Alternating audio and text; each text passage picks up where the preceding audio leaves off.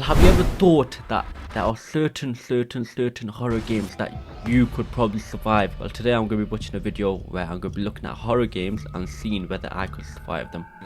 They were too scary. The ability to immerse yourself the way you do while playing a horror game is different. It's not the same thing as throwing on Friday the 13th or Goosebumps. When playing a horror game, you're actually in there. You can see, you can hear, you can interact. Not you're really in control in of there. the movement. Any more immersive and you just be a victim. But those days of peeing myself while playing the scary maze are over. I'm a man now. And now, I ain't scared of no purple dude, no hillbillies, and especially not no grandma. Today, ladies and gentlemen, same way we did for the horror and the action movies, we're gonna be going over horror games I could easily survive. And I'll be giving you guys my strategy, my game plan, my thought process, and of course, some of the ones that I can.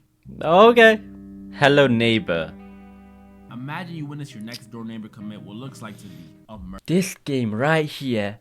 Oh my god, this game right here. It pisses me off. I don't know why anyone plays this. I've seen so many people play this game. Like, you know what to do? You know what I would do? I would just walk away. I would just run away. I wouldn't even bother going in the house. Simple. It is literally simple. Now, and after witnessing this, you, the main character, decide to go investigate his super elaborate home yourself. But while you're in there, you have to constantly avoid this man capturing you. Just don't go Or in. Might be the next victim. Well, that's the plot of Hello Neighbor. A potentially murderous, kidnapping, middle-aged man. I didn't learn about this game through conventional means since I was a bit too old for it at the time, but I did see my little cousin who was obsessed with it play it. And while it is an extremely scary concept on paper, you a kid investigating the super complex home of a potential criminal who may or may not murk you when he catches you, that's scary stuff. But don't let it fool you. This game is light. I actually have one very easy solution for this. One that can be done at the very beginning of the game. To mind your business. You just mind your business. I know, crazy to think that you could just do that. But it's true. All this started because us, the main character, felt this intrinsic urge to become Sherlock Holmes after witnessing something a little sus. Like, just turn around and look the other way, my boy. Look, I didn't grow up in the best neighborhood when I was younger. And even back then, I knew if I seen something like an old man getting jumped, all I could do was shut my mouth, keep it stepping, and pray for Gramps. Why It sounds messed up, but I'm sorry, it's the truth. But if y'all do want to go the good, Why is a old man getting jumped? Why? Oh, why are we doing this? Why? route, all the kid really had to do was call the authorities. You don't even need no evidence or nothing. Just tell the cops your neighbor's a minority and you heard a white woman screaming in the house. Snitch. They're gonna be there in 2 minutes, bust that door wide open, and shoot first and ask questions later. Problem solved. Poppy playtime. Can I survive this probably one? already know this game, but if you I don't know. It's a horror game where you, the main character, are investigating a shut down toy factory after the disappearance of a bunch of employees 10 years ago. And while in there, you discover you're not alone. There are these things, these entities, these toy monsters that come after you while you're trying to figure it all out. And I'm gonna keep it a buck. I'm probably not surviving. Not only are these things going after you, all bloodthirsty toy monsters, but all of them are clearly on something. I can see it in their eyes. Huggy Wuggy got them dilated pupils, probably on some LSD or blue crystal or something. Poppy's obviously coked out. Look at those blood vessels. And Mommy Longlegs, she might be off the same thing as Poppy. Either that or she has some severe BPD. And I mean severe. Because the way her mood switches from, Mommy was just playing, come back. Okay, joke's over. Mommy doesn't like cheaters. Come back over here. Get your ass over! Combo that with the prototype running around doing I don't know what. And in the third game, which I haven't played yet, they introduced hella new monsters, including a freaking cat. Not only did they get me already with my fear of dolls, but now they're using my allergies against me. Yeah, I'm finished. I won't survive that one. The closing shift.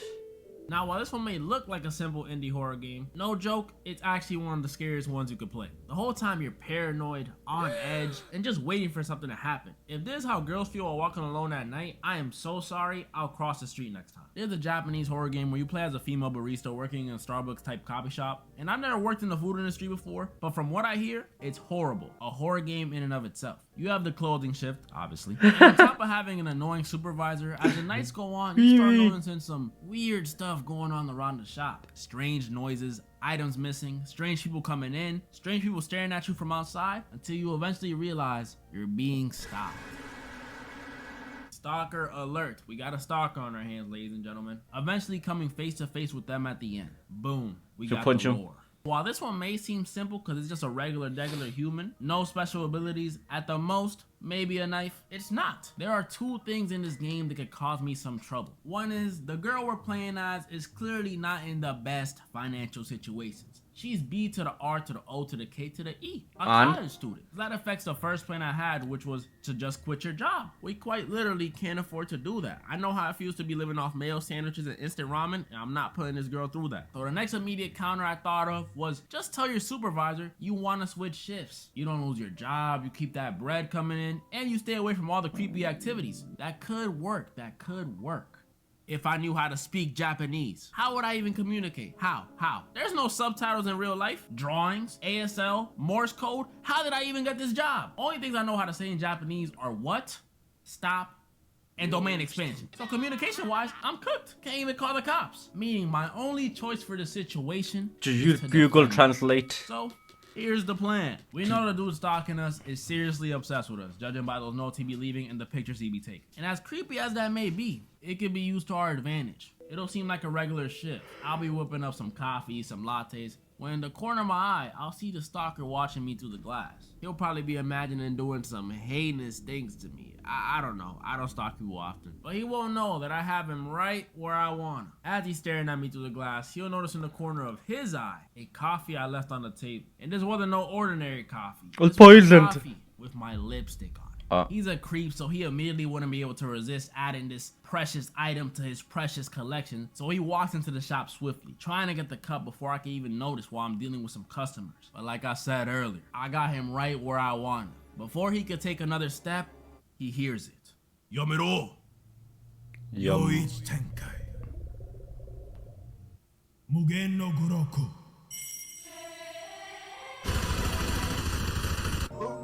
What the?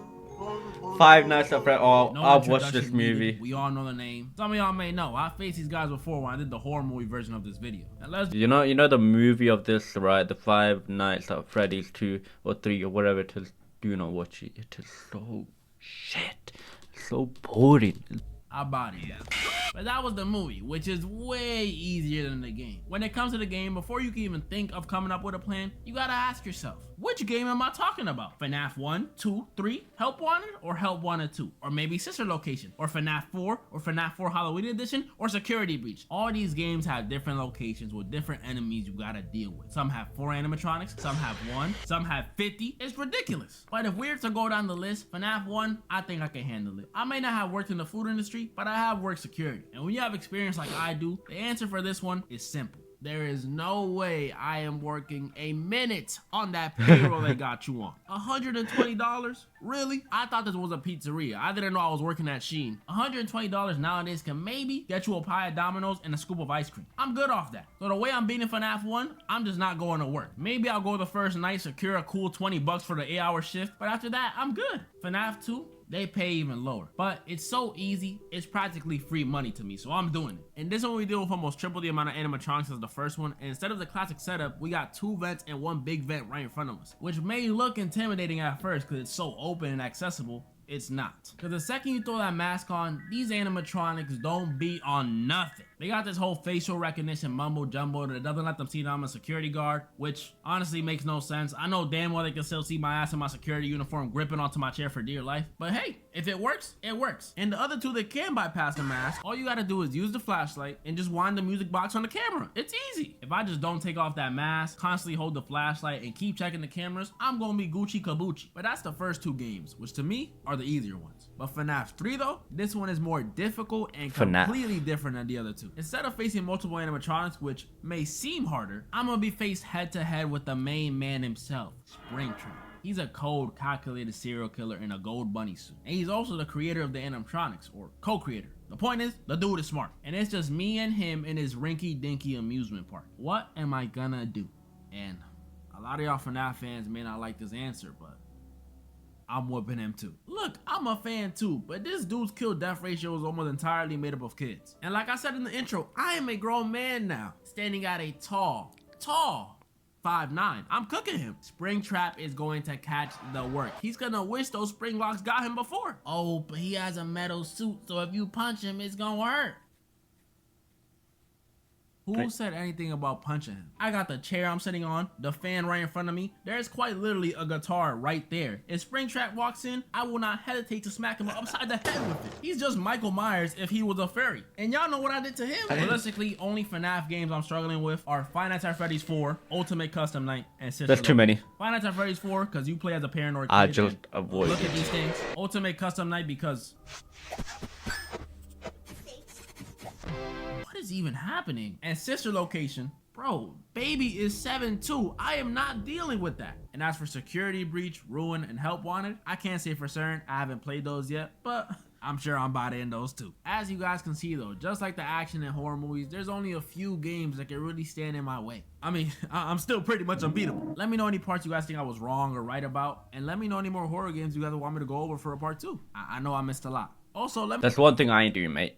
I ain't playing these horror games. My whole point is just avoid these horror games and just don't play them. Simple. That's how you survive them.